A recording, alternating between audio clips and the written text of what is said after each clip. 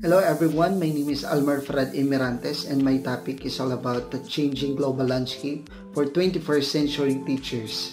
The global landscape refers to the worldwide condition and trends that shape how teachers do their works. The role of teachers in the 21st century is evolving rapidly and radically due to the global shift in technological advancement, cultural diversity, education policy, economic shift, climate change, and the changing needs of students.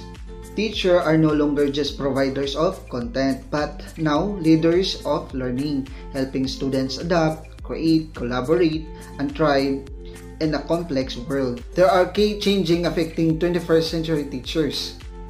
First is technology is transforming teaching.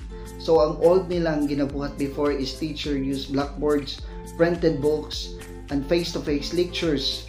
Then right now manggod, ang new way ng ginabuhat right now is teachers use digital tools such as learning management system like Google Classroom, Canva, like mga na.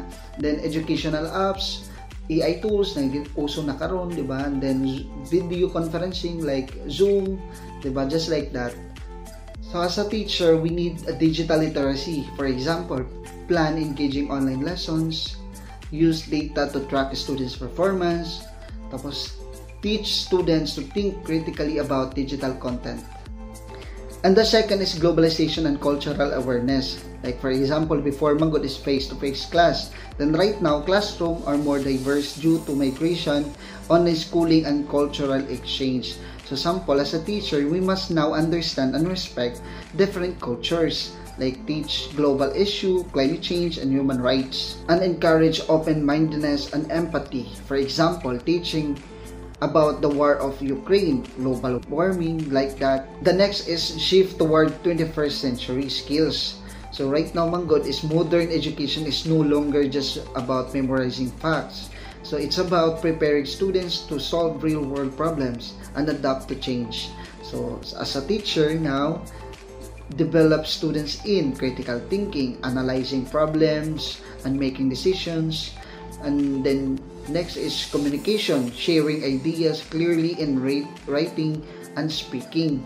So and then creativity, thinking outside the box, diba? Just like that.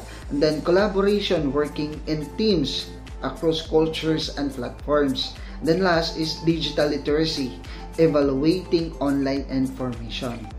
For example, students working together on a project about plastic pollution, using online research and presenting their findings in a digital video format.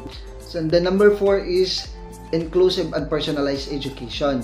Every child learns differently.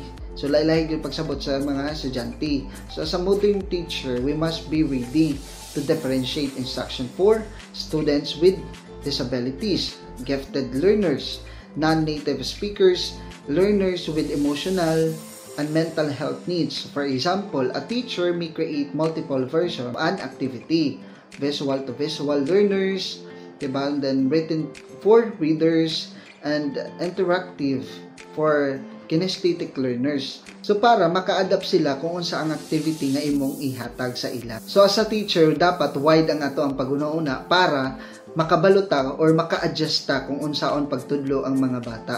The number 5 is lifelong learning for teachers. In the past manggod, a teaching degree might have been enough for an entire career. But today, continuous professional development is a must. So that's why a lot of teachers right now nga nag-masters, diba, nag-doctors. So kay ngano dili sila gusto nga mag-stop pod ilang learnings. Nagani ko nabasa nga the most essential asset of our life is our mind. In addition, don't stop learning because life doesn't stop teaching.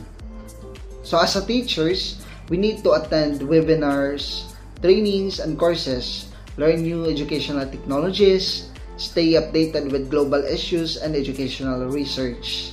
For example, a teacher learning to integrate AI and writing classes or taking mental health trainings to support students emotionally.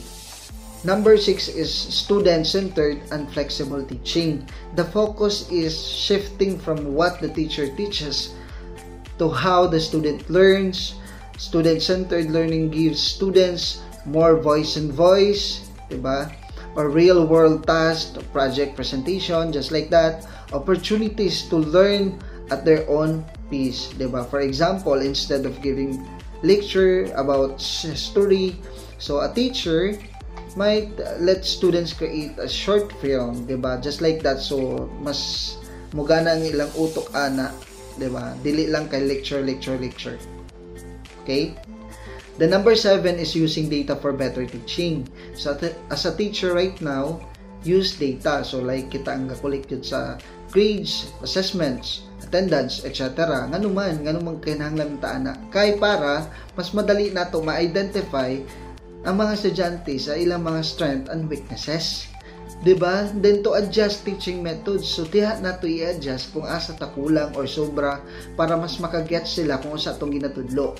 Then last is provide personalized support. So ato ana ng way para masuportahan sila kung unsa ang kinahanglan nila. For example, na ibata nga dili ka basa. So diha na nato na identify nga iya dayng weakness is kana. And then i-adjust nato kung unsa ang atong teaching methods. Like kung unsaon nato siya pagtudlo para magets niya or makabasa siya. Gets? And then diha nato ma-provide kung kinahanglan pa ba nga i-tutor siya and then or tudluan siya. Then the last is promoting sustainability and global citizenship. 21st century teacher must help students become ethical, responsible global citizens.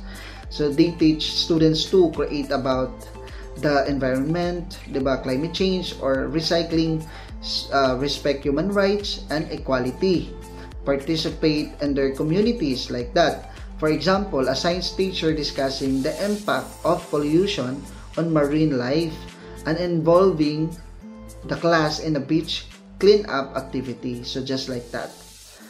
So that's all for my report and God bless.